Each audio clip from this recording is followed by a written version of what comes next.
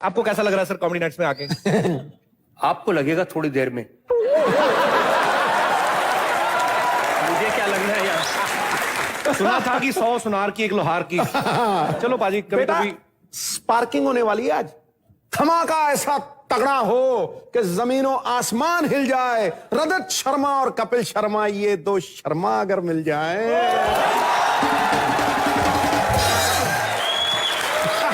पर मुझे एक बात बड़ी अच्छी लगी कि रजत सर ने आज जैसे लोगों को बता ही दिया कि आज यहां पे वो होने वाला है जो आज से पहले कभी नहीं हुआ। बिकॉज जिन बड़ी बड़ी शख्सियतों को जो शख्स हमेशा कटघरे में खड़े करते आए हैं, आज खुद वो हमारे कटघरे में खड़े हैं।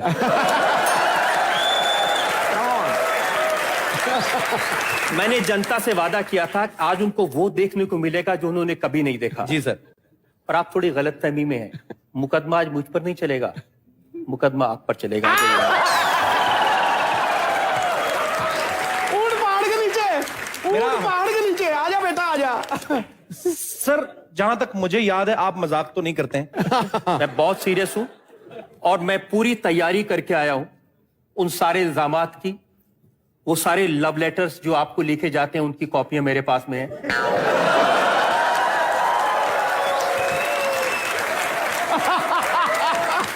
बेटा मतलब सर डिटेल में बताएं कि क्या होने क्या वाला सर?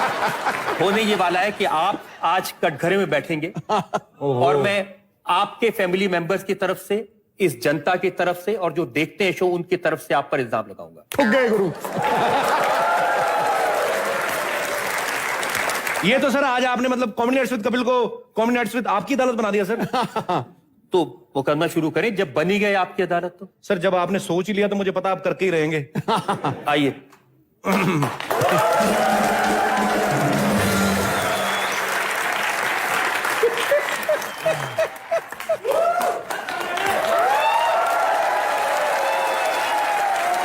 कपिल शर्मा पर इल्जामात और सवालात का सिलसिला शुरू करें उससे पहले मैं रिक्वेस्ट करूंगा नवजोत सिंह सिद्धू साहब से कि वो आज आपकी अदालत में जज बनना स्वीकार करें। अरे सर जी, मैं तो बड़ी देर से इंतजार कर रहा था इसका फैसला करने के लिए। आजा बच्चू। एपिसोड से आप मेरे साथ थे, आज रजत जी आए तो उनकी तरफ हो गए। वाह पाजी क्या बात है। आज पहले जज होंगे जो शायरी में फैसला सुनाएंगे। भाई तमाम सबूतों और गवाहों को मद्देनजर रखते हुए, पलक का डांस और दादी का चखना चखते हुए कपिल शर्मा को डाल दो जेल में, ये दोषी है। अदालत ये फैसला देती है दिल पे पत्थर रखते हुए। ठोको ताली। कपिल मुझे इधर उधर की बातें करके भटकाने की कोशिश न करें। मैं जिस काम के लिए आया वो पूरा करना चाहता हूं। हाँ, तशरीफ का टोकरा रखिए। आज बेटा नोटी बॉय नहीं है, नोना बच्चा बना हुआ है तू। कपिल पहला इल्जाम। जी सर।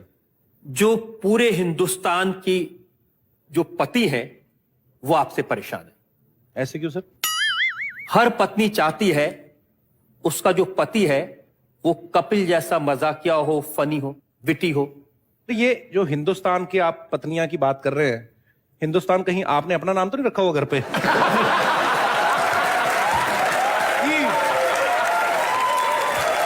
मतलब परेशान क्यों है सर? मैं तो देश सेवा कर रहा हूं, हंसा रहा हूं लोगों को। हंसा रहे हैं? शादी के बाद तो बड़े बड़े हंसना भूल जाते हैं। सिर्फ मैं ही हंस रहा हूं दिल पे पत्थर रख के। सिद्धू साहब कह रहे हैं कि वो हंस रहे हैं शादी के बाद भी। वो हंसी कितनी नकली है तो हम सब जानते हैं।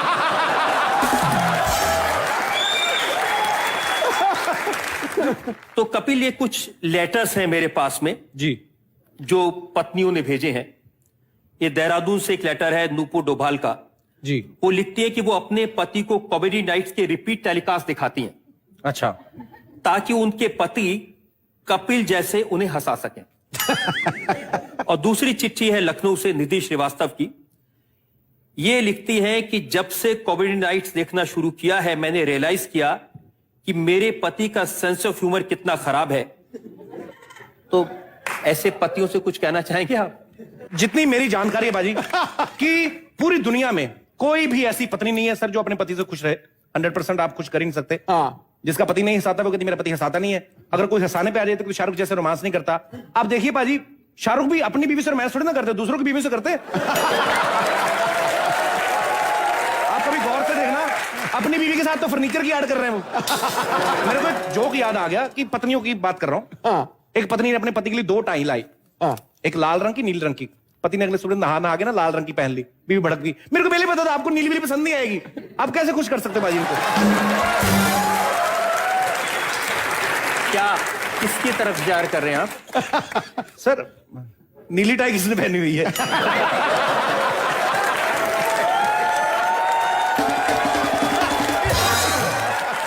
अच्छा वैसे रजत जी, मैडम भी तो आपसे सवाल पूछती होंगी घर पे। ये वो राज है जो सबके सामने नहीं बताया जा सकता। पर पक्का मैडम पूछती होंगी, इनको कोई जवाब नहीं आता, फिर बाहर आके फ्रस्ट्रेशन दूसरों पे निकालते हैं। धड़ाधड़ सवाल पूछते हैं फिर। कपिल जी सर। ये बातों में उलझा के बचने की कोशिश ना करें। इल्जाम यह है कि वैसे तो आपकी अंग्रेजी कमजोर है, और मैंने देखा कि कैसे शाहरुख खान ने आपको सबके सामने नंगा कर दिया था आपकी अंग्रेजी को। I didn't see. I missed that episode, sir.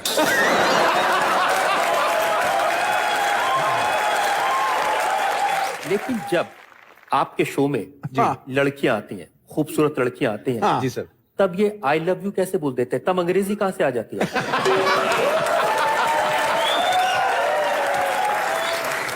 I love you अंग्रेजी का लफ्ज है सर? मैंने तो सर हिंदी फिल्मों में बोलते सुना सबको आई लव यू, मैंने बोल दिया। तो इंग्लिश फिल्मों में नहीं होता? इंग्लिश फिल्मों में आई लव यू बोलते कहां सर? वो तो इतने अंडरस्टैंडिंग होते हैं, बिना आई लव यू के शुरू हो जाते हैं।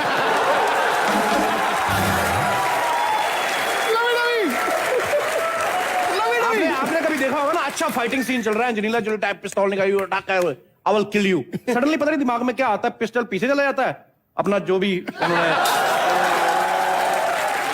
और अंग्रेज लोगों का माइंड इतनी जल्दी चेंज होता है ना, आपको छींक आ जाए उतनी देर में आप सीन मिस कर देते हैं।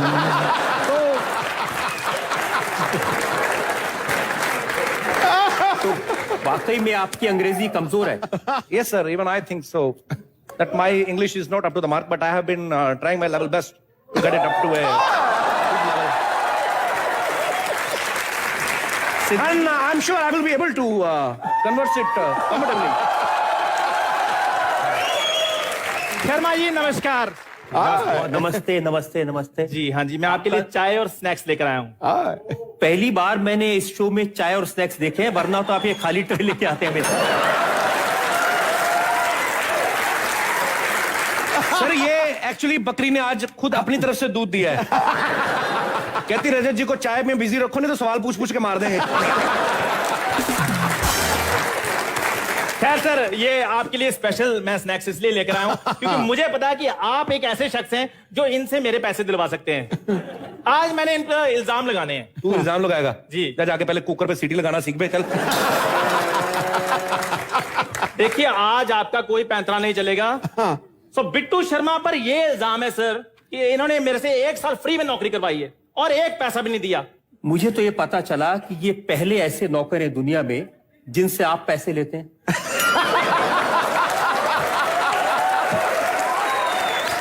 It's just a rumour sir. और पाजी आपको पता है ये मेरी तनख्वाह नहीं दे रहे, इसी की वजह से देश तरक्की नहीं कर रहा। ये तनख्वाह नहीं दे रहे, देश की तरक्की का क्या संबंध है? मैं क्या करूं, मेरा टैक्स देने को इतना ज्यादा दिल कर रहा है, ये तनख्वाह नहीं दे रहे, टैक्स कहां से दूंगा मैं?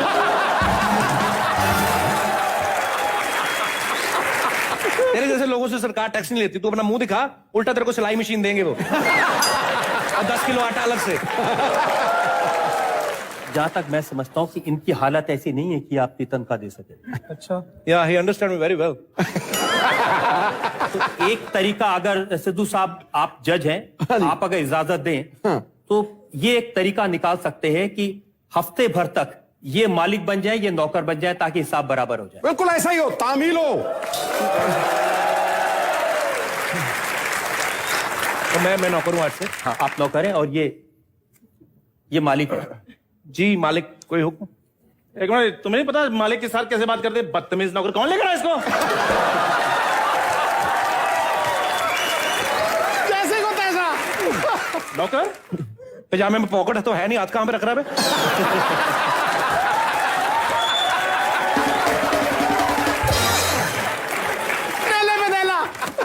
सो नौकर, जी मालिक। ऐसे करो, जल्दी से जल्दी 2 कप गर्मा गर्म तनख्वाह लेकर आओ।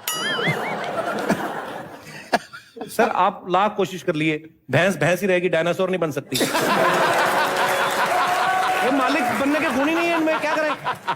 ठीक है नौकर, ऐसे करो, तुम कुछ भी बोलो, मैं फिर उसी हिसाब से बोलूंगा। मतलब आप मालिक है, मैं नौकर हूं। हाँ, मैं मालिक हूं, तुम नौकर हो। मेरा 50,000 रुपए दीजिए जो लिया था।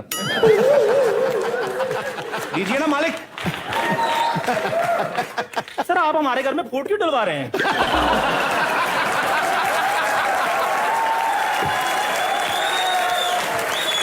फाड़ कर दिया। हमारा इतना प्यार है, ये मेरे भाइयों जैसे हैं, ये देखो। आ गया लाइन पे। आगे से शिकायत लगाएगा मेरे किसी को? नहीं लगाऊंगा, पर ये ना बताना कि पजामे में पॉकेट नहीं, मैंने हाथ कहाँ रखे हैं। दफा हो जा अंदर जाके। बेइज्जती कम्प्लीमेंट्री है। सर मैंने पहले कहा था झूठे इल्जाम लगाते हैं ये लोग। एक इल्जाम से तो मैं बच गया। अब अगले इल्जाम पर आ जाएं। ये इल्जाम मुझे जो हिंदुस्तान के रेस्टोरेंट के ओनर्स हैं उन्होंने भेजा है। इल्जाम भेजा, बिरयानी भेज देते।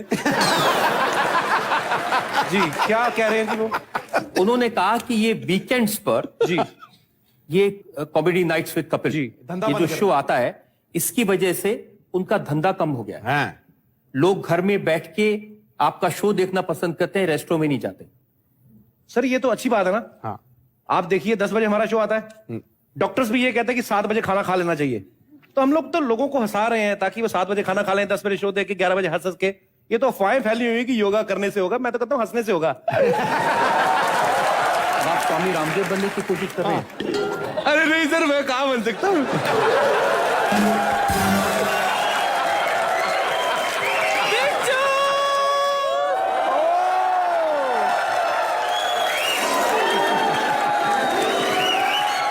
टल्ली है टल्ली। अरे वाह बिच्छू, नया सोफा सेट।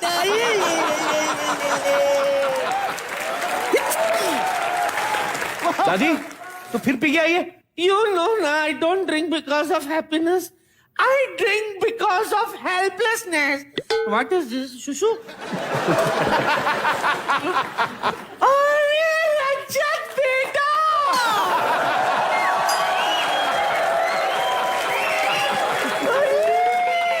उसका भी टाइम आएगा। रूम का भी समय क्यों हो रहा है? अरे हमारे घर रज्जू आया है।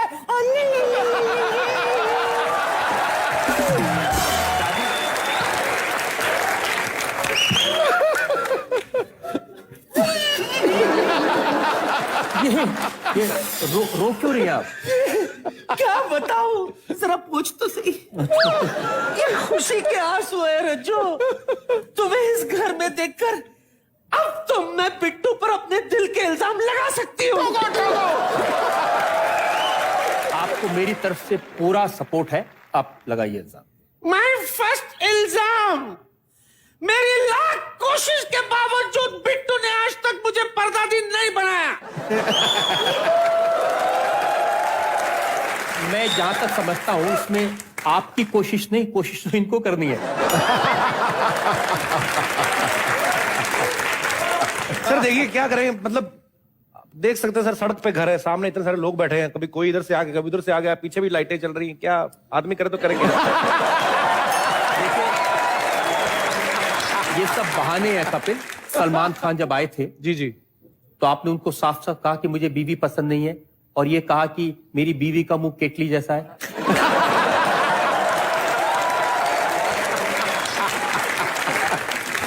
ये कौन सा तरीका हुआ रोमांस करने का कपिल? सर एक्चुअली बात यह है कि रोमांस करना आता ही नहीं सर। आपके शो में जी दीपिका आई, जी, आपने रोमांस किया। प्रियंका आई, उनके साथ फ्लर्ट किया। Solid solid. बाहर निकल रहा, फूट फूट के। मैं आपको और उदाहरण दूं, मलाइका अरोड़ा, वो शादीशुदा हैं, जी सर, उनके हस्बैंड वहां पर थे। आपने उनसे कहा कि मैं अरबाज के मुक्के खा लूंगा, लेकिन फ्लर्ट तो पक्का करूंगा। मतलब बाज नहीं आएगा तू। सर ये आप मेरे पे इल्जाम लगा रहे हैं कि आपको जेलसी हो रही है। और मैंने ना सर मलाइका को देख के फ्लो फ्लो में निकल गया मेरे मुंह से। मैंने तो ये कहा था कि मुक्के खाने को तैयार हूं। सिद्धू भाई तो गोली खाने तक तैयार थे। एक बात है सिद्धू भाई, रजत जी शो बड़ा बारीकी से देखते हैं। आपको पता कभी कभी मिस हो जाता है, मैं खुद इनके चैनल पे देखता हूं। मतलब आप ये मानते हैं कि आपको रोमांस करना आता है? सर कभी कभी आ जाता है, जैसे 10 से 12 आ जाता है, कभी कभी कभी कभी 2 से 4 आ जाता है, कभी कभी नहीं भी आता। सर क्या करें। नहीं आता है। रोमांस करना नहीं आता है। नहीं आता ना। ये हालत तुझ पर हमारे खानदान का नाम बदनाम करेगा। दादी Wait a minute, mine is not over yet. I will show him how to do romance. Just watch. Just help me come in the center.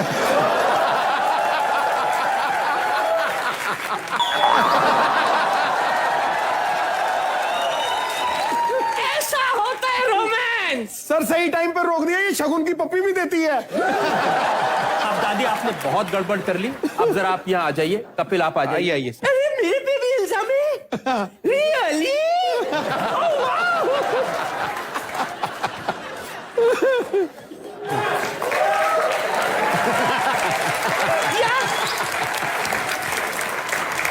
दादी आपकी शराब पर जो खर्चा होता है उसके बिल मेरे पास में है। जब से ये शो शुरू हुआ है 127 बॉटल रम, 52 बॉटल विस्की, 16 बॉटल देसी शराब आप पी चुकी हैं।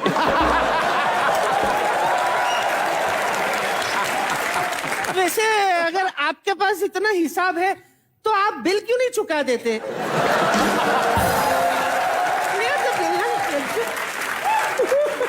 दादी लाना दे तेरे को, मेहमानों से ऐसे बोलते हैं? ये तो सर इससे तो बकरी भी परेशान है, पता है। कहती दूध भले ही आधा लीटर कम दे दे लेकिन 30 ml रम दे दे, ऐसे बोलती है। और दादी एक इल्जाम ये भी है कि जब यहां सेलिब्रिटीज आती हैं या जिनकी इज्जत करनी चाहिए, आप उनके साथ बेहूदगी करती हैं, जैसे अभी अभी आप कर रही थी। अगर हिसाब लगाऊं 60 एपिसोड में 54 बार आपने यहां आने वाले मेल सेलिब्रिटीज को किस करने की कोशिश की। एक्चुअली क्या है ना, चोट पे लगाती है। Kissing comes naturally to me. और कुछ नहीं है, वो शगुन की पप्पी है। ये शगुन की पप्पी सिर्फ लड़कों के लिए है, लड़कियों के लिए नहीं है। उनको करेंगे तो अपशगुन हो जाएगा। दादी एक इल्जाम और है। रियली? Go ahead. लोग कहते हैं कि जब भी कोई यहां लोग आते हैं आप उनसे कहती हैं इमारत भले ही कमजोर हो, बुनियाद अभी भी बुलंद है। तो अब जरा आज ये जनता जो बैठी है इसको बता दीजिए इसका मतलब क्या है, ये कौन सी बुनियाद है, कौन सी इमारत है। प्रमाण दो, प्रमाण। आज मैं बता ही देती हूँ कि इसका मतलब क्या है। हाँ हाँ, खुले में आओ, खुल के आओ।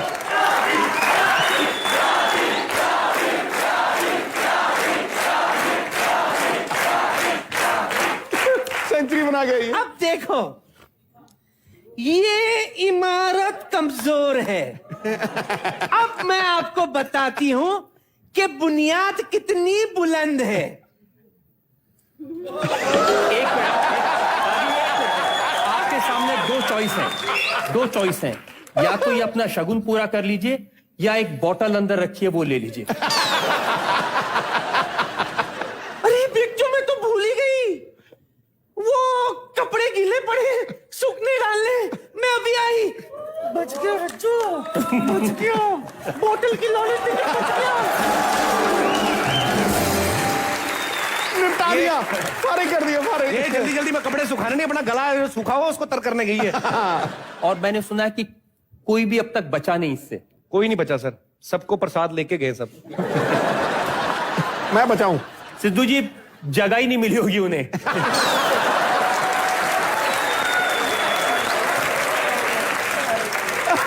कपिल अब कोई नहीं है, अकेले में आपसे एक दो बात बताना जी सर।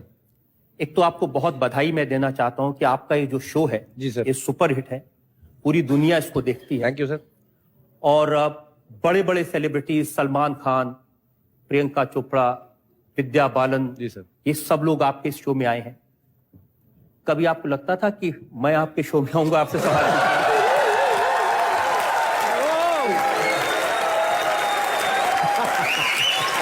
सर हमें बड़ी देर से इंतजार था, तो पहले तो मुझे शक था कि आप आएंगे या नहीं आएंगे, लेकिन जिस हिसाब से मैंने देखा आपके चैनल का पूरा लुक चेंज हो गया, लोगो भी नया, सब कुछ नया नया, मुझे लगा था कि कुछ नया आप करने वाले हैं और हमारे शो में जरूर आएंगे। और आपका बहुत बहुत स्वागत है। Thank you so much sir, आप कॉमेडी नाइट्स में आए। एक बार रजत जी के लिए जोरदार तालियां।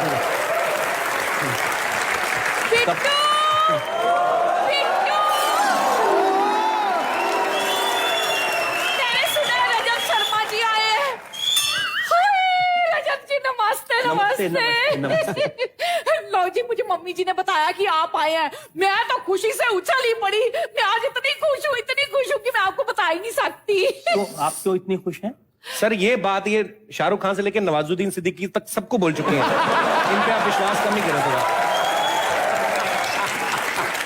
रजत जी सुनिए, आप इसकी बातों पर बिल्कुल ध्यान मत दीजिए। पता क्या रजत जी, आप इधर आइए। आपको पूरा मौका है, आप मेरा हाथ छोड़ दीजिए और इन पर इल्जाम आप लगाना चाहती हैं, लगाइए। पता क्या रजत जी, हमारे शो में आपको तो पता है कि कितने कितने खूबसूरत लड़के आते हैं। वो बड़े रिच होते हैं, बड़े फेमस होते हैं, मतलब उनमें एवरीथिंग होती है, कुंवारे होते हैं। पर ये ना मेरी उनसे शादी नहीं होने देता। कसम खाना। कपिल, अब इसका तो आपको जवाब देना पड़ेगा। बहुत सारे लोग आए, कुंवारे भी आए उनमें। सर लेकिन वो लोग इनसे शादी क्यों करेंगे? आप खुद सोचिए, जिनको फरारी में घूमने की आदत हो, पुराने ऑटो में क्यों बैठेगा कोई?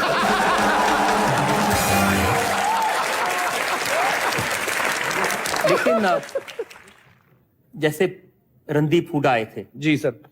अब वो तो आजकल ट्रक में घूम रहे हैं। हाय रब्बा, कितने इंटेलिजेंट हैं आप। चलिए बाकियों को आप गोली मारिए, आप ना मेरे साथ जरा खुलकर बात कीजिए अपने बारे में। आज तक ना मेरे से किसी ने दिल नहीं लगाया, आप कम से कम दिमाग ही लगा लीजिए।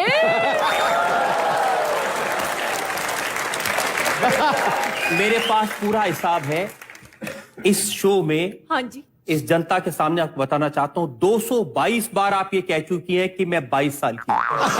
चलेगा। देखिए, जब भी मैं किसी से सवाल पूछने जाता हूं, मुकदमा चलाने जाता हूं, तो पूरे कागजात लेके जाता हूं। और ये मेरे पास में आपका बर्थ सर्टिफिकेट है। आप कहें तो ये मैं पूरी कौन है ये आदमी? ये वही है जिन्हें तू कह रही थी अभी बड़े इंटेलिजेंट, अभी थोड़ी सी इंटेलिजेंस दिखाई तो तेरे को हो गया ये है। मेरे को तो पहले से पता था सर, सर्टिफिकेट देखने से पहले ही, कि ये और अन्ना हजारे साहब एक ही क्लास में पढ़ते थे।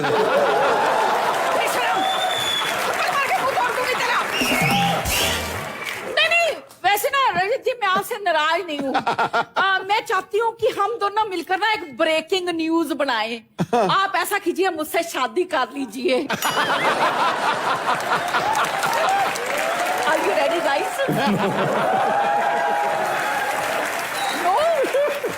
चढ़ गई दाना पानी लेके। ये मान ही नहीं रहे। आप जरा मुझे बचाएंगे इनसे? सर एक शर्त है मेरी, उसके बाद इल्जाम तो नहीं लगाएंगे सर?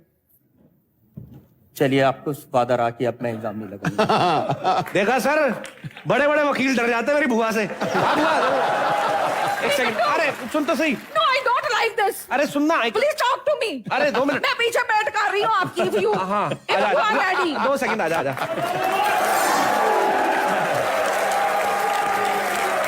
एक बार रजत सर के लिए जोरदार तालियां। सर कुछ सवाल मैं भी आपसे करना चाहता हूं, और मेरा सवाल भी आम जनता की तरह है, बिकॉज आजकल पाजी इलेक्शन का दौर चल रहा है। हाँ। सबके मन में एक ही चीज है कि वोट किसको दिया जाए, सरकार किसकी बनेगी। तो मेरे ख्याल से इस सवाल का बेहतर जवाब रजत सर से बेहतर कोई नहीं दे सकता है। तो आपका क्या कहना है सर? मैं ये तो नहीं कहना चाहता कि इतनी सारी जनता यहां बैठी है कि किसको वोट दें, ये तो जनता तय करती है। पहली बात तो वोट जरूर दें। अब आपका वोट गलत ना हो जाए, ये फैसला गलत ना हो जाए, इसके लिए हमने ऐसी प्रोग्रामिंग तैयार की है जिससे हम आपको हर नेता के बारे में, हर पार्टी के बारे में, हर विचार के बारे में बताएंगे। उसको लगातार आप देखते रहिए, और जिस दिन वोट देने जाएं उस दिन आप सही सही अंदाजा लगा सकें, सही आदमी को वोट दें, सही पार्टी को वोट दें, देश को बचाएं।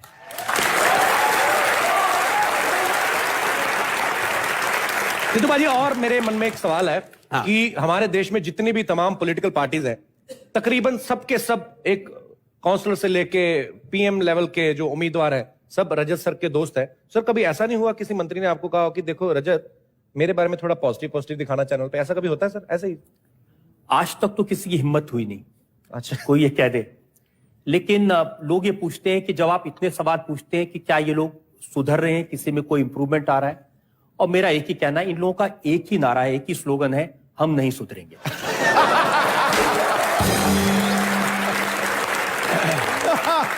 Thank you so much Rajat sir, आप कॉमेडी नाइट्स में हैं। अभी आपसे और बहुत सारे इंटरेस्टिंग सवाल करने, सो प्लीज आप यहां पे विराजमान हो जाइए। एक बार जोरदार तालियां रजत सर के लिए।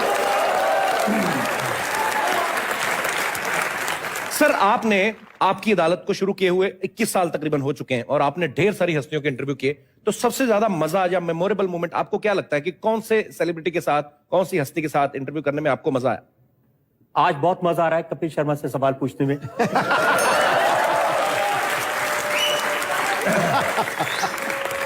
क्या करें सर, करिश्मा ही ऐसा है। मैं जरा लोगों को बताना चाहता हूं जी। पहली बार जब कपिल मुझे मिले तो एयरक्राफ्ट में थे, ये मेरे साथ वाली सीट पर बैठे थे। इन्होंने थोड़ा सा मुझे देखा और जेब से रुमाल निकाला, मुंह पे ऐसे रख लिया और आंख बंद करके सो गए। थोड़ी देर में जब एयर होस्टेस आई, उसने इन्हें खाना देने के लिए उठाया, तो ये दूसरे से मुंह करके खाना खा रहे थे। तो मैंने इनको पूछा, मैंने कहा आप ही वो कपिल हैं जो बहुत अच्छी कॉमेडी करते हैं? तो इन्होंने कहा कि सर मैं इतनी देर से मूसली छुपा रहा था, पता नहीं आप क्या पूछ लें। और उस दिन मैंने तय कर लिया था कि एक दिन कपिल शर्मा को कटघरे बिठाकर इनसे सवाल जरूर पूछूंगा।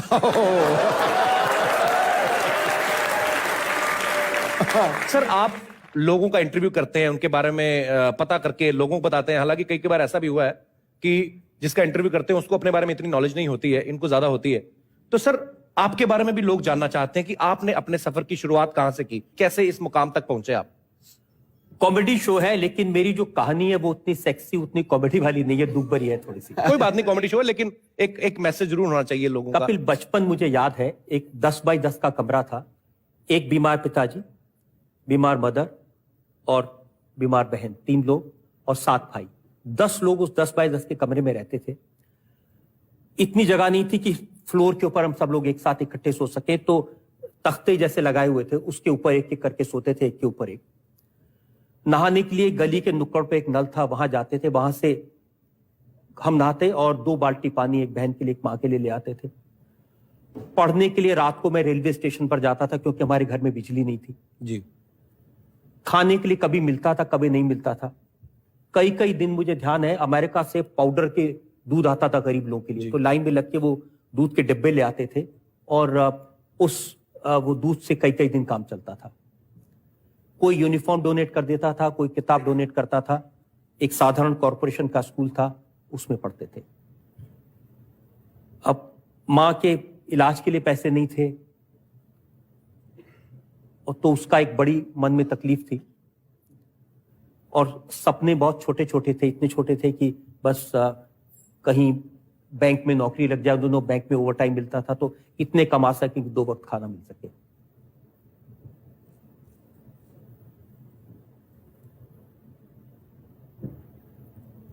अभी भी वो दिन याद आते हैं तो तकलीफ होती है। पर सर, आपने एक मिसाल कायम की है कि दिल में अगर लगन हो, जज्बा हो, तो कतरा कब समंदर बन जाता है ये पता भी नहीं चलता।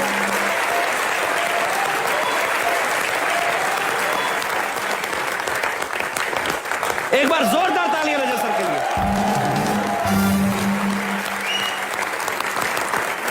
आज आपने जो बातें शेयर की सर, मेरे ख्याल से बहुत सारे नौजवान ऐसे होंगे जो कई बार किस्मत को दोष देते कि हमारी किस्मत नहीं थी।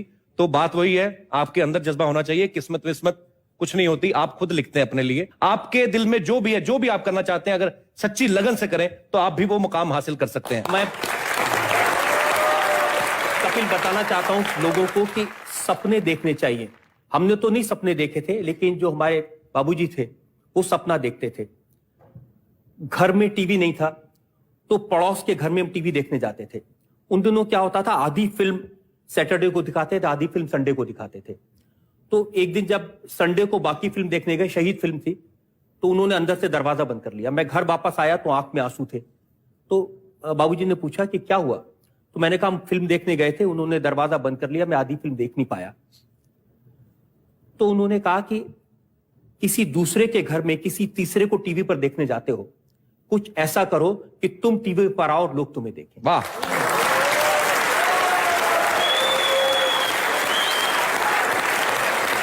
और जिन्होंने उस समय कमरा बंद कर लिया होगा अपना, वो बताते होंगे रजत जी इधर ही आते थे फिल्म देखने। सर आपने सैकड़ों लोगों की इंटरव्यू किया, लेकिन आज तक आपको कोई ऐसा सेलेब हो या कोई ऐसी हस्ती हो जिनको अपने शो में लाने में आपको सबसे ज्यादा दिक्कत हुई हो?